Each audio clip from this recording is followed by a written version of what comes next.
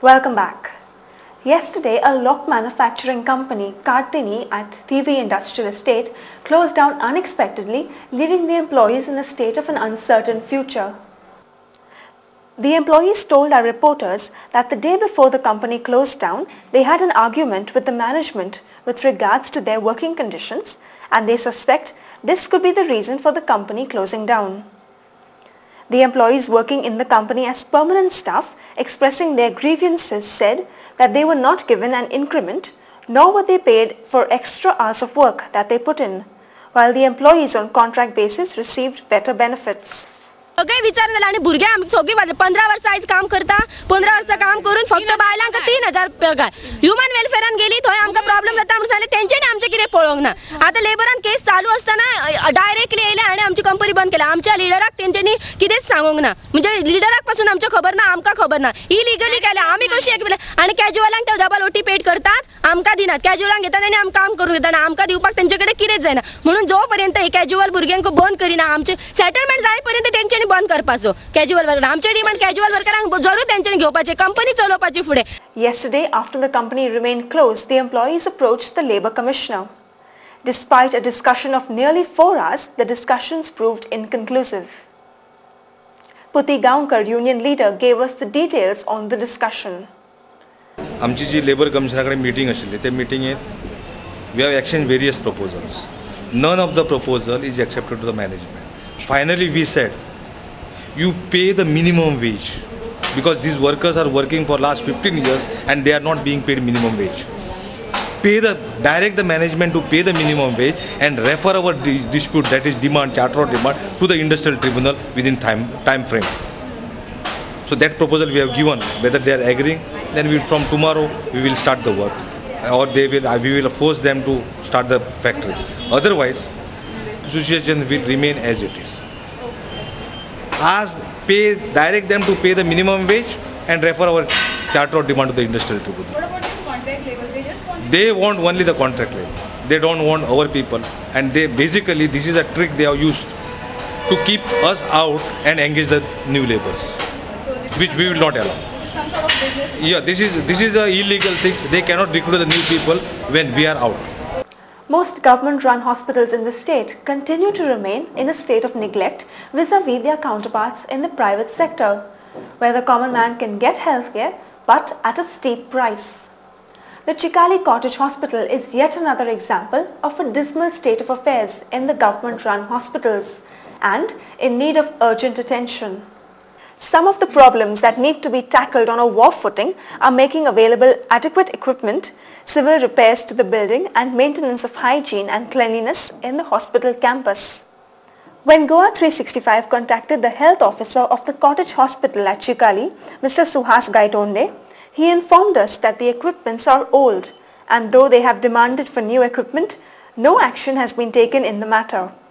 Parts were something out of order, so new parts had come, but the thing is that these parts they have come off new machines. But this is old machine, so they are going to take these parts back and replace them. Mr. Gaitonde says that they have tried to maintain the cleanliness of the hospital as much as possible with their meager resources. Not that very happy, but happy because the day I have come, I have taken over charge. I have seen myself, I am moving myself personally and seeing all these things. And I approached the PWD in time and again, and I got everything repaired and all that. Everything, many of the things we have done. Yeah, he also demanded that the government should allocate funds to the hospital in time. Since the funds are not allotted in time to PWD, they do not undertake the work. So government, it is all depending on the government, and once the funds are disposed to them, and then immediately they will take over. And the estimates of painting and everything, repairs works, PT repairs, everything is. And how?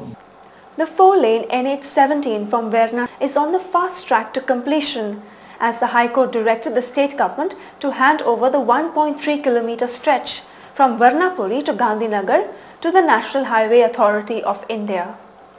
Goa 365 today tried to highlight the concerns of the locals of Vaina whose land will be utilized for the highway project.